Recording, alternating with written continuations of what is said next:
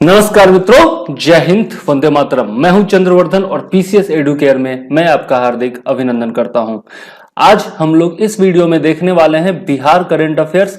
हम लोग इससे पहले पार्ट 1 और पार्ट 2 इसके देख चुके हैं। आज है पार्ट 3 जो कि होगा जनवरी से लेकर मई 2021 तक का करंट अफेयर्स, और इसमें बिहार से जुड़े हुए जितने भी इंपॉर्टेंट न्यूज हैं उनके बारे में हम लोग विश्लेषण करेंगे, देखेंगे, सारे फैक्ट्स देखेंगे जो कि आगामी जो बीपीएससी के एग्जाम है, बीपीएससी पीटी है, बीपीएससी मेंस होने वाला है। इसके अलावा आपका बिहार एसएससी का भी वैकेंसी आने वाला है, बिहार एसआई का एग्जाम होने वाला है, बिहार जुडिशियरी हो या फिर ऑडिट ऑफिसर हो, बिहार टीईटी हो, हर एग्जाम में ये करंट अफेयर्स काम आने वाले हैं। तो जरूर से जरूर हमारे साथ जुड़िए, और यदि वीडियो पसंद आता है तो सब्सक्राइब कर लीजिए चैनल को और बेल आइकॉन दबा दीजिए ताकि आगे आने वाले सारे वीडियोज का नोटिफिकेशन आपको टाइम पर मिलता रहे। इसके अलावा यदि हमारे चैनल पर पहले से सदस्य हैं तो जरूर से जरूर लाइक कर दीजिए और वीडियो शेयर कर दीजिए ताकि हजारों छात्रों तक यह वीडियो पहुंच सके। इसके अलावा आप कमेंट में हमें सुझाव दे सकते हैं, अपनी शिकायतें बता सकते हैं, और यदि कोई भी समस्या हो तो वो भी कमेंट में लिख सकते हैं। चलिए बिना देरी किए शुरू करते हैं आज का अपना वीडियो, और एक बार फिर मैं चंद्रवर्धन आपका स्वागत करता हूं पीसीएस एडुकेयर में।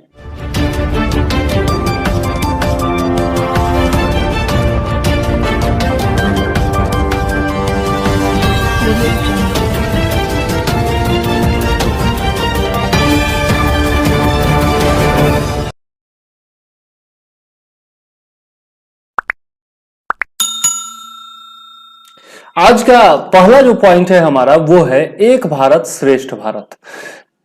इस कार्यक्रम के तहत बिहार की जोड़ी किस राज्य के साथ बनाई गई है? एक भारत श्रेष्ठ भारत कार्यक्रम बहुत ही बेहतरीन कार्यक्रम है भारत सरकार का, जिसके तहत दो राज्यों की जोड़ी आपस में मिलाई जाती है और दोनों राज्य एक दूसरे की संस्कृतियों का आदान प्रदान करते हैं, एक दूसरे की संस्कृतियों को सेलिब्रेट करते हैं। जैसे बिहार की जो जोड़ी बनाई गई है वह त्रिपुरा राज्य के साथ बनाई गई है, तो त्रिपुरा के जो महत्वपूर्ण त्योहार होंगे वो बिहार में मनाए जाएंगे, और बिहार के जो महत्वपूर्ण त्योहार हैं, उत्सव हैं, मेले हैं, उनको सेलिब्रेट किया जाएगा त्रिपुरा में। ठीक है, तो बिहार के साथ त्रिपुरा की जोड़ी बनाई गई है। बहुत ही इंपॉर्टेंट क्वेश्चन है, याद जरूर रखिएगा, और यह केंद्र सरकार के संस्कृति मंत्रालय का एक कार्यक्रम है। ठीक है, इसके तहत दो राज्यों की जोड़ी बनाकर एक दूसरे की संस्कृति, सभ्यता, रीति रिवाज इत्यादि का उत्सव मनाया जाता है, अर्थात संस्कृति का आदान प्रदान किया जाता है। त्रिपुरा के प्रमुख त्योहार भी जान लीजिए। बिहार के प्रमुख त्योहार तो आप जानते हैं, छठ पूजा सबसे प्रमुख त्योहार है। इसके अलावा आपका दुर्गा पूजा, दीपावली वगैरह जो है, होली है, यह सब यहाँ का प्रमुख त्योहार है। इसके अलावा बिहार के बारे में बात करें तो प्रमुख मेला में सोनपुर मेला है आपका। ठीक है, और भी बहुत सारी जो संस्कृतियां हैं बिहार के बारे में हम लोग स्पेशली पढ़ चुके हैं। त्रिपुरा के बारे में देखें तो गड़िया पूजा और करछी पूजा, ये दोनों पूजा जो है वह त्रिपुरा के प्रमुख उत्सव में या फिर त्योहार में आते हैं। ठीक है, तो यह दोनों जरूर से जरूर याद रखिएगा। नेक्स्ट पॉइंट देख लेते हैं कि बिहार का पहला और भारत का दूसरा ग्लास स्काई वॉकर शीशे के आधार वाला पुल कहां बनाया गया है? ठीक है, तो यह बिहार का पहला है जो कि राजगीर में बनाया गया है, नालंदा जिला में।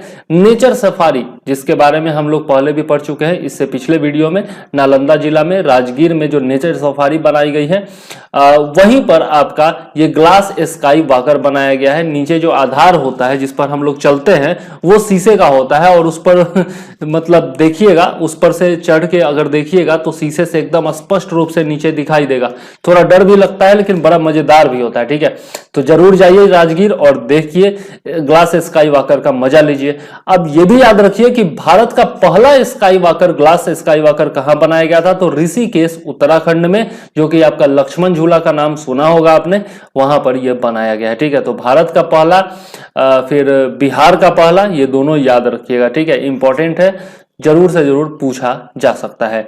आगे देख लेते हैं। बिहार भारत का पहला राज्य बनेगा जहां दो शहर हरित ऊर्जा दक्ष शहर होंगे, यानी कि ग्रीन एनर्जी एफिशिएंट टाउन्स बनाए जाएंगे। और ये दो शहर कौन से होंगे? तो राजगीर और बोधगया। राजगीर और बोधगया दोनों ही बहुत ही ऐतिहासिक शहर हैं, और ये दोनों ग्रीन एनर्जी एफिशिएंट टाउन्स बनाए जाएंगे। अर्थात इन दोनों शहरों में जितनी भी सरकारी बिल्डिंग्स होंगी ठीक है, वो सब ग्रीन एनर्जी से संचालित होगी, नवीकरणीय ऊर्जा से संचालित होगी, यानी कि सौर ऊर्जा का उपयोग वहां पर किया जाएगा। ठीक है, इसके अलावा पटना के सभी सरकारी भवनों को सौर ऊर्जा चालित बनाए जाने की योजना है। ठीक है, तो यह भी जो है बिहार सरकार की योजना है कि पटना के जितने भी सरकारी भवन हैं उन सब को सौर ऊर्जा से संचालित किया जाए। इसके लिए क्या किया जा रहा है, तो भागलपुर और लखीसराय में सौर ऊर्जा प्लांट लगाए जा रहे हैं। तो कहां कहां सौर ऊर्जा प्लांट लगाए जा रहे हैं, भागलपुर और लखीसराय में। बहुत ही इंपॉर्टेंट पॉइंट याद रखिएगा। अच्छा, अब सौर ऊर्जा की बात कर रहे हैं तो भारत का लक्ष्य जो है, आपका सस्टेनेबल डेवलपमेंट गोल जो है भारत का, उस एसडीजी के तहत जो आपका कंट्रीब्यूशन होता है प्रत्येक देश का, इंडिविजुअल कंट्रीब्यूशन, उसमें भारत का लक्ष्य क्या रखा गया है, तो कुल 175 गीगावाट अक्षय ऊर्जा यानी कि नवीकरणीय ऊर्जा हमें उत्पन्न करना है। कब तक, 2022 तक। यह हमारा लक्ष्य है भारत का। और उसमें 175 गीगावाट में 100 गीगावाट जो है वह सौर ऊर्जा उत्पादन का लक्ष्य रखा गया है। बाकी सब जो है वो ज्वारीय ऊर्जा है, पवन ऊर्जा है, इन सब से। ठीक है, तो यह बहुत ही इंपॉर्टेंट पॉइंट है, याद जरूर रखिएगा। ठीक है, इसको बोला जाता है एसडीजी एनडीसी। ठीक है, नेशनली डिटरमाइंड कंट्रीब्यूशन। ठीक है, और एसडीजी का अर्थ होता है सतत विकास लक्ष्य, यानी कि सस्टेनेबल डेवलपमेंट गोल। ठीक, आगे देख लेते हैं। नेक्स्ट पॉइंट है हमारा, तेजस लड़ाकू विमान विकसित करने में महत्वपूर्ण भूमिका निभाने वाले महान वैज्ञानिक जो कि बिहार के थे, कौन थे, जिनका हाल ही में निधन हो गया है। तो इनका नाम था मानस बिहारी वर्मा। नाम में ही बिहारी है तो ये बिहार से हैं, ये तो आपको पता ही चल ही गया होगा। और ये जो थे डॉक्टर कलाम जी के सहयोगी रहे थे और तेजस के निर्माण में कलाम साहब का बहुत बड़ा योगदान था। और साथ में मानस बिहारी वर्मा जो कि बिहार से थे, उनका भी बहुत ही महत्वपूर्ण योगदान था। हाल ही में इनका निधन हो गया है। और ये बिहार में कहां से थे, तो दरभंगा से थे। ठीक है, दरभंगा के घनश्यामपुर प्रखंड के बौर नामक गांव से ये संबंधित थे, वहां के मूल निवासी थे। अच्छा, एक बात और याद रखिएगा कि तेजस नाम, तेजस जो फाइटर एयरक्राफ्ट है उसका तेजस नाम किसने रखा था, तो अटल बिहारी वाजपेयी जी, जो कि महान कवि भी थे और वक्ता तो थे ही, साथ में प्रधानमंत्री भी आज तक के सबसे महानतम रहे हैं। तो अटल बिहारी वाजपेयी जी ने तेजस नाम दिया था तेजस एयरक्राफ्ट को। ठीक है, इसके अलावा और भी जो महत्वपूर्ण पॉइंट है वो मैं बता दूं कि पिछले ही वर्ष बिहार के महान गणितज्ञ, बिहार क्या विश्व के महानतम गणितज्ञों में से एक कह सकते हैं, वशिष्ठ नारायण जी का भी निधन हुआ था और ये भी बिहार के ही थे।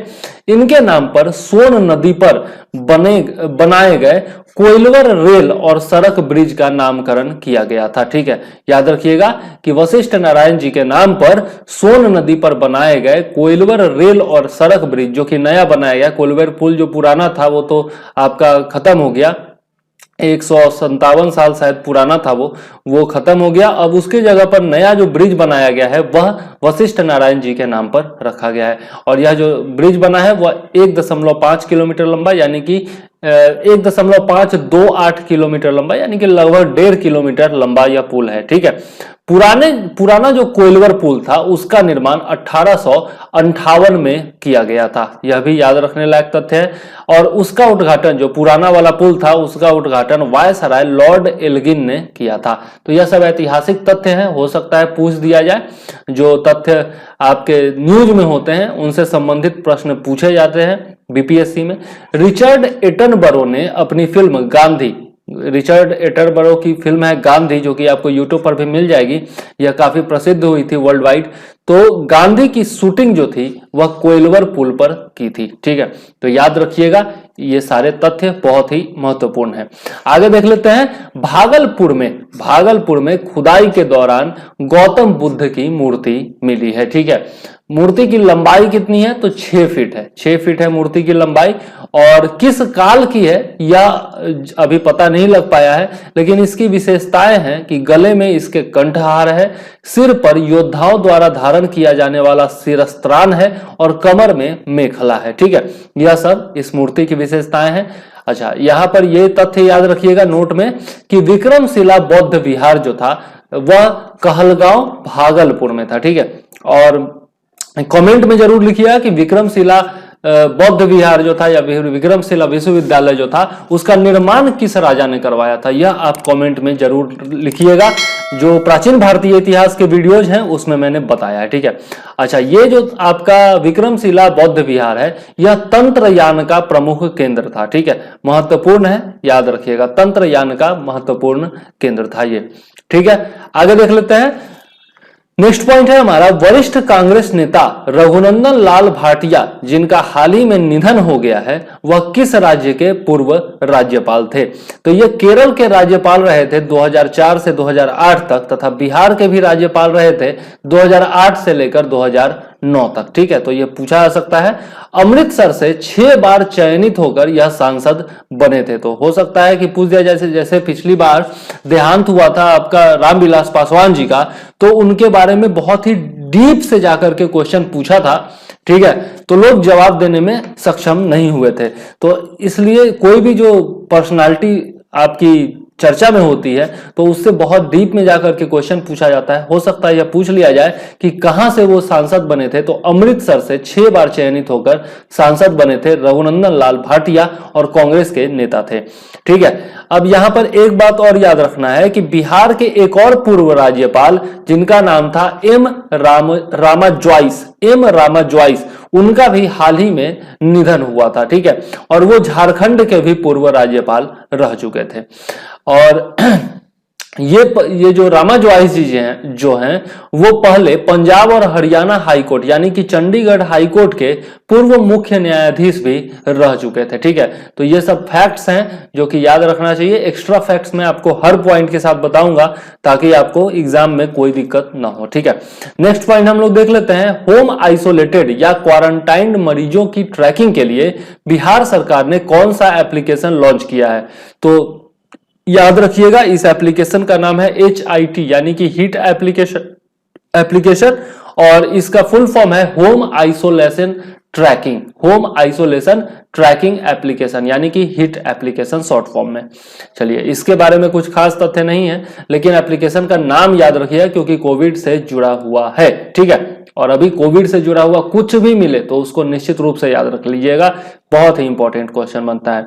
आगे देख लेते हैं। बिहार के वे उत्पाद जिन्हें GI टैग हाल ही में प्राप्त हुए हैं, या ये जो आपका 2018 में प्राप्त हुआ था, 3 जो था वह 2018 में प्राप्त हुआ था, और ये चर्चा में इसलिए है क्योंकि अब इनका निर्यात जो है वह ब्रिटेन में होने लगा है, ठीक है। ब्रिटेन, कनाडा वगैरह में इनका निर्यात होना चालू हो गया है, जिनमें शाही लीची है जो कि मुजफ्फरपुर से है, जर्दालू आम है जो कि भागलपुर से है, और कतरनी चावल है जो कि मुंगेर, बांका और दक्षिण भागलपुर से, ठीक है। इन तीनों को 2018 में GI टैग मिला था और इनका जो एक्सपोर्ट है वह शुरू हो गया है ब्रिटेन के लिए, इसलिए ये चर्चा में है। तो इसी के साथ साथ हम लोग ये भी देख लेते हैं कि अन्य कौन से बिहार के उत्पाद हैं जिन्हें GI टैग आज तक मिला हुआ है। तो इसमें मधुबनी पेंटिंग है, मधुबनी नाम से ही पता चलता है। मधुबनी पेंटिंग जो है आपका BPSC मेंस में एक महत्वपूर्ण टॉपिक है जिससे बराबर हर 2-3 साल पर क्वेश्चन जरूर पूछा जाता है, ठीक है। तो मधुबनी पेंटिंग हो गया जिसको GI टैग मिला है। इसके अलावा टसर सिल्क है, टसर सिल्क आप जानते ही हैं भागलपुर का है, ठीक है। ये एक विशेष किस्म का सिल्क होता है। उसके बाद आपका सिक्की घास, जिसके बारे में हम लोगों ने पिछले वीडियो में पढ़ा था कि इससे हस्तशिल्प के सामान बनाए जाते हैं और ये विश्व विख्यात है। अब इसके लिए पश्चिम चंपारण और तिरहुत क्षेत्र, ठीक है, पश्चिम चंपारण और तिरहुत क्षेत्र के लिए इसको GI टैग मिला है। और पिछले वीडियो में मैंने बताया था, तो आप कमेंट में जरूर लिखिएगा कि सिक्की घास का सबसे ज्यादा उत्पादन जो है वह किस जिला में होता है, ठीक है। पिछले वीडियो में बता चुका हूं, तो यदि आपने वीडियो देखा है तो उसका जवाब जरूर कमेंट में लिखिएगा। आगे देख लेते हैं। नेक्स्ट है सिलाव खाजा। सिलाव खाजा भी जो है आप जब भी राजगीर जाएंगे, नालंदा जाएंगे तो बीच में आपको बहुत सारी सिलाव खाजा की दुकानें मिल जाएंगी। तो नालंदा जिला में के लिए जो है सिलाव खाजा को GI टैग मिला है। इसके अलावा सुजनी कढ़ाई यहाँ पर जो है वो जो वस्त्रों पर कढ़ाई करती हैं औरतें, उनके बारे में है। तो ये भी एक तरह का हस्तशिल्प ही है। सुजनी कढ़ाई जो है वह मुजफ्फरपुर के लिए फेमस है और वहां के लिए इसको GI टैग मिला है। इसके अलावा अपलीक यानी कि इसको खटवा कहा जाता है, यह भी एक प्रकार की हस्तशिल्प है, ठीक है, इसको भी GI टैग मिला है। और इसके अलावा 2 और प्रोडक्ट है मखाना जो है उसके लिए मधुबनी को जीआई टैग मिला है, ठीक है, मधुबनी के लिए। और इसको मिला नहीं है लेकिन मिलने की सूचना मिली है, मतलब कहने का मतलब इसके लिए एप्लीकेशन दिया जा चुका है, अभी तक कंफर्म नहीं है कि मिला है या नहीं मिला है, लेकिन मगही पान को मिल चुका है, ठीक है। मगह क्षेत्र आप जानते हैं, आपका औरंगाबाद, गया, नवादा, नालंदा का जो क्षेत्र होता है उसको मगह क्षेत्र कहा जाता है। हम लोग कहते हैं, हमारे यहाँ वैशाली का हूं मैं, तो हमारे यहाँ कहा जाता है कि जो गंगा पार कर गए तो मगह क्षेत्र में पहुंच गए, ठीक है। तो यह आपका मगही पान है। तो ये सारे उत्पाद जो है बिहार के, उनको आज तक जीआई टैग मिल चुका है। तो ये सारे उत्पाद कहाँ से संबंधित है, जरूर से जरूर याद रखिएगा। अच्छा, एक बात और बता दूं, लीची से याद आया कि चीन जो है वह विश्व में लीची का सबसे बड़ा उत्पादक देश है और भारत दूसरे नंबर पर आता है लीची उत्पादन में। तो यह भी बहुत ही इंपॉर्टेंट है। पिछले 2-3 बार से बीपीएससी लगातार क्वेश्चन पूछ रहा है कि कॉफी का उत्पादन सबसे ज्यादा कहाँ होता है, एल्यूमिनियम का उत्पादन सबसे ज्यादा कहाँ होता है विश्व भर में। तो उत्पादों के बारे में अक्सर बीपीएससी क्वेश्चन पूछती है कि इसका सबसे बड़ा उत्पादक राज्य कौन सा है। पेट्रोलियम का भी पूछ चुका है, तो यह भी पूछा जा सकता है, ठीक है। लीची के बारे में भी याद रखिएगा। आगे देख लेते हैं, नेक्स्ट पॉइंट है हमारा, भारत में भगवान बुद्ध की लेटी हुई मुद्रा में, यानी कि रिक्लाइनिंग कंडीशन में सबसे बड़ी मूर्ति का निर्माण कहां किया जा रहा है, ठीक है। यह लेटी हुई मुद्रा है, जैसे हम लोग सोने से पहले लेटते हैं ना, एक हाथ पर इस तरीके से करके, जैसे अभी मेरा एक भाई लेटा भी हुआ है बगल में, क्या कहूं मैं, तो खैर जो भी है, रिक्लाइनिंग बुद्धा, सोने से पहले की जो मुद्रा होती है, उस मुद्रा में भगवान बुद्ध की सबसे ऊंची सबसे बड़ी मूर्ति जो है उसका निर्माण किया जा रहा है बोध गया में, ठीक है। याद रखिएगा, बोध गया में यह निर्माण किया जा रहा है और यह जो है परिनिर्वाण से पहले की मुद्रा है। आप जानते हैं कि कुशीनगर, यूपी में, उत्तर प्रदेश के कुशीनगर में महात्मा बुद्ध को मृत्यु की प्राप्ति हुई थी, जिसे महापरिनिर्वाण के नाम से जाना जाता है। तो परिनिर्वाण से पहले की जो मुद्रा है वही, उसी को कहा जाता है रिक्लाइनिंग बुद्धा, ठीक है। और यह जो है 100 फीट ऊंची प्रतिमा होगी लगभग, ठीक है। और यह किस चीज से बनी होगी, तो फाइबर ग्लास से बनी होगी। बहुत ही इंपॉर्टेंट पॉइंट है, याद जरूर रखिएगा। आगे देख लेते हैं, बांका में बौद्धकालीन भवन का अवशेष प्राप्त हुआ है। बांका में बौद्धकालीन भवन का अवशेष प्राप्त हुआ है, कहां पर, बांका में। याद रखिएगा, बांका जिला के अमरपुर प्रखंड अंतर्गत भदरिया गांव, भदरिया गांव बहुत ही इंपॉर्टेंट है, याद रखिएगा, ऐतिहासिक गांव है।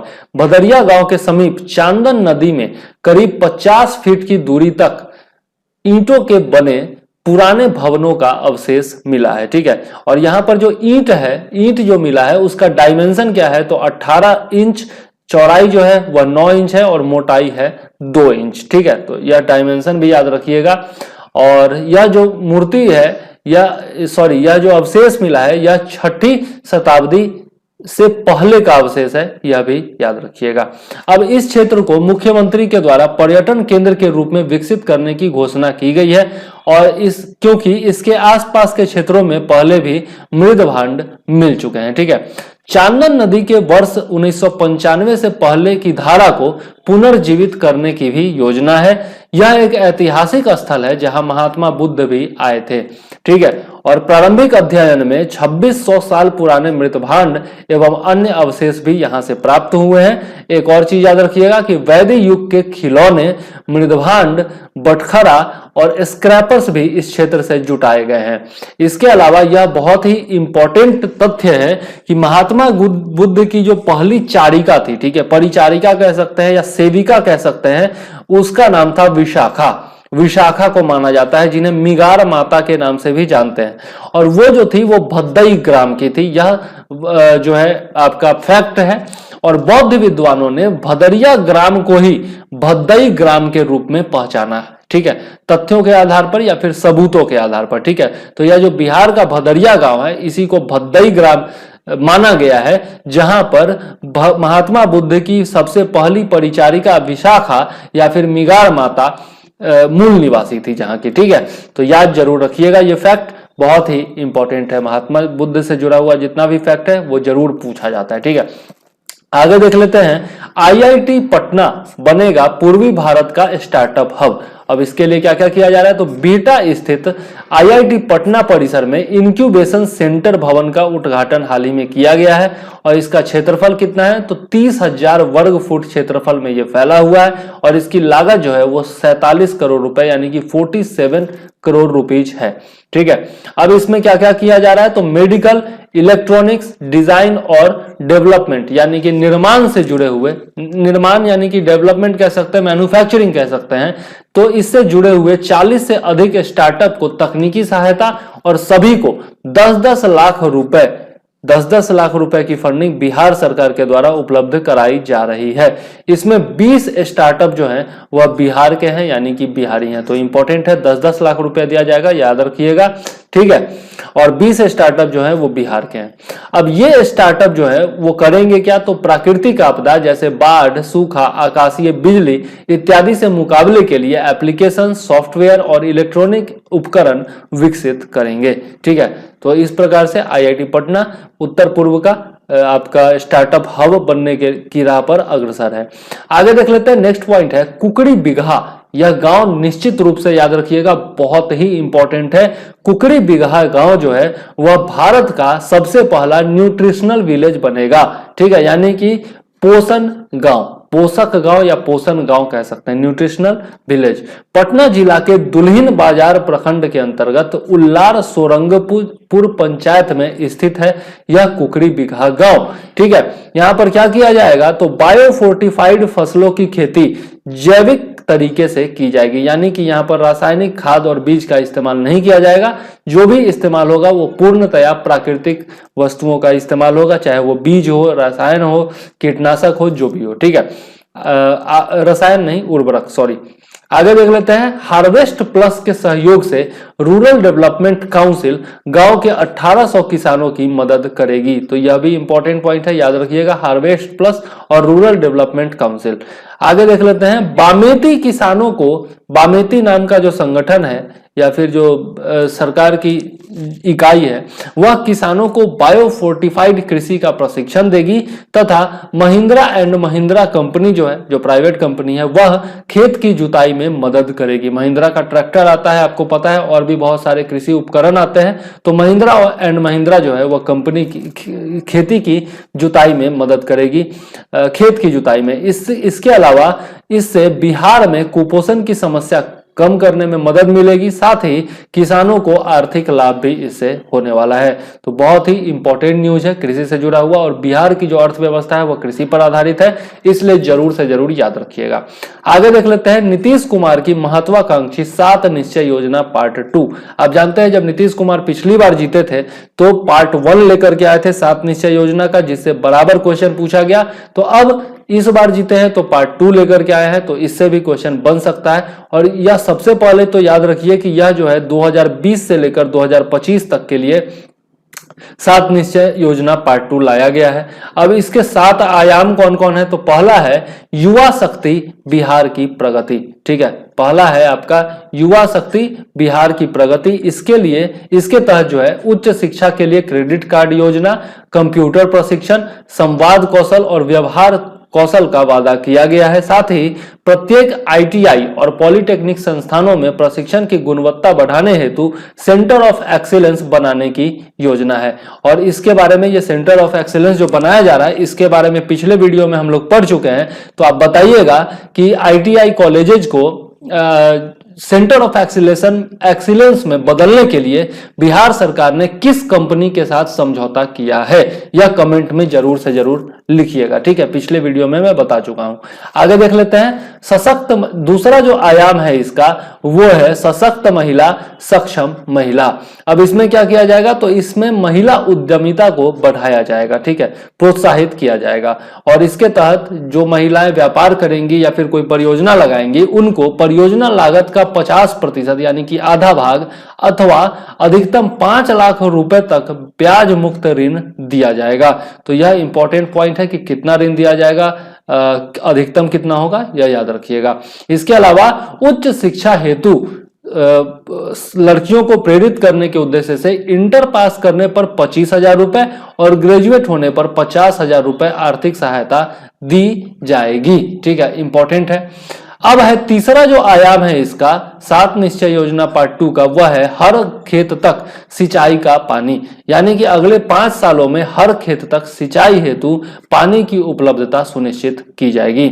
नेक्स्ट है चौथा जो आयाम है इसका, वह है स्वच्छ गांव समृद्ध गांव। ठीक है, स्वच्छ गांव समृद्ध गांव, सभी गांवों में सोलर स्ट्रीट लाइट, ठोस एवं तरल अपशिष्ट प्रबंधन तथा पशु और मत्स्य संसाधनों के विकास की योजना इसके तहत बनाई गई है। इसके अलावा हर घर नल का जल योजना जो है उसे भी आगे बढ़ाया जाएगा। ठीक है, और ये जो पॉइंट्स हैं वह बीपीएससी मेंस के लिए भी बहुत ज्यादा इंपॉर्टेंट है, क्योंकि आपसे डायरेक्ट पूछ सकता है कि 7 योजना पार्ट 2 जो है, 7 निश्चय योजना पार्ट 2 जो है उसको डिस्क्राइब कीजिए या फिर उस पर टिप्पणी लिखिए। तो ये सब सारे पॉइंट्स आप उसमें लिख सकते हैं मेंस में भी, तो बहुत ध्यान से सुनिए। नेक्स्ट जो आपका आयाम है वह है आपका 5वां नंबर, यह है स्वच्छ शहर विकसित शहर। स्वच्छ शहर विकसित शहर, इसके तहत वृद्धों के लिए आश्रय स्थल, शहरी गरीबों के लिए बहुमंजिले आवास के अलावा स्वच्छता के तहत ठोस एवं तरल अपशिष्ट प्रबंधन, विद्युत शवदाह गृह और मोक्ष धाम इत्यादि का निर्माण किया जाएगा। ठीक है, यह हो गया 5वां नंबर। अब है 6ठा नंबर। 6ठा नंबर क्या है? तो सुलभ संपर्क। 6ठा नंबर है सुलभ संपर्क। इसके तहत लोगों की सुविधा के लिए गांवों को प्रमुख शहरों से जोड़ने, बाईपास रोड बनाने और फ्लाईओवर्स बनाने की योजना है। ठीक है, तो याद रखिएगा। आगे देख लेते हैं 7वां नंबर क्या है। 7वां नंबर जो योजना है, यानी कि अंतिम जो योजना है, इसमें गांव गांव तक स्वास्थ्य सुविधाओं को बेहतर बनाने और पशु स्वास्थ्य प्रबंधन के लिए आधारभूत व्यवस्था तैयार करने की योजना बनाई गई है। इसमें कॉल सेंटर और मोबाइल ऐप की सहायता से डोर स्टेप सेवा पहुंचाने का वायदा किया गया है।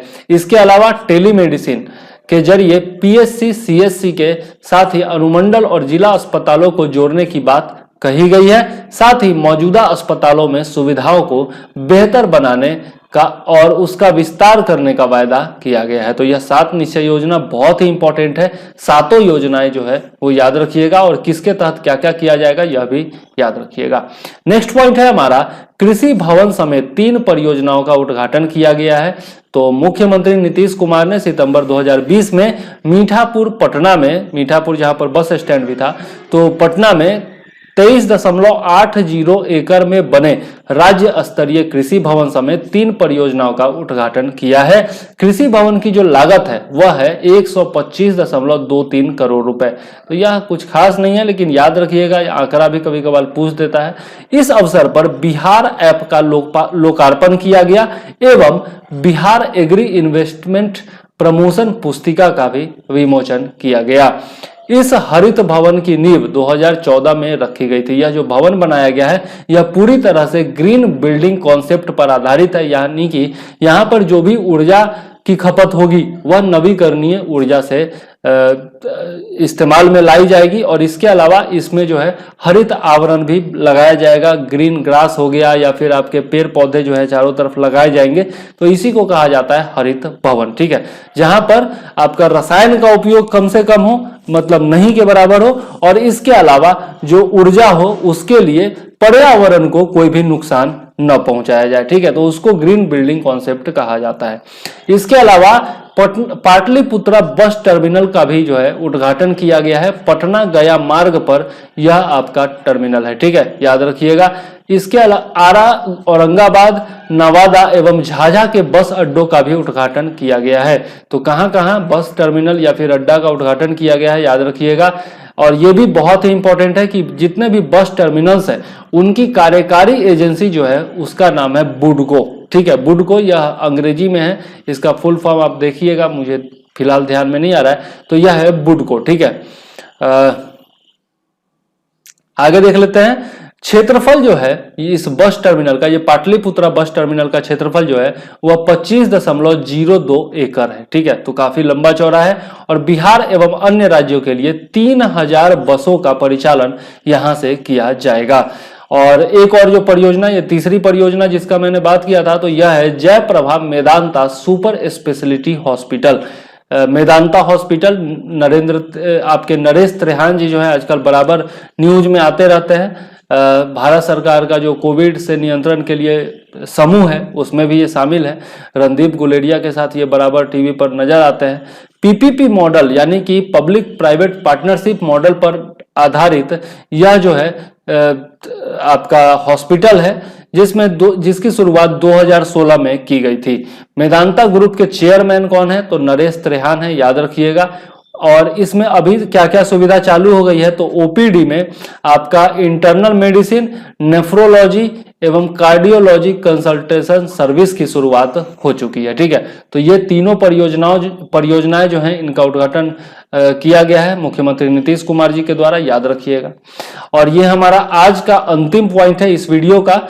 बिहार में नमामि गंगे परियोजनाओं का उद्घाटन किया गया है। सितंबर 2020 में प्रधानमंत्री नरेंद्र मोदी जी के द्वारा इन परियोजनाओं का उद्घाटन किया गया, जिसमें नमामि गंगे एवं अमृत योजना से जुड़ी हुई कुल 7 परियोजनाएं हैं।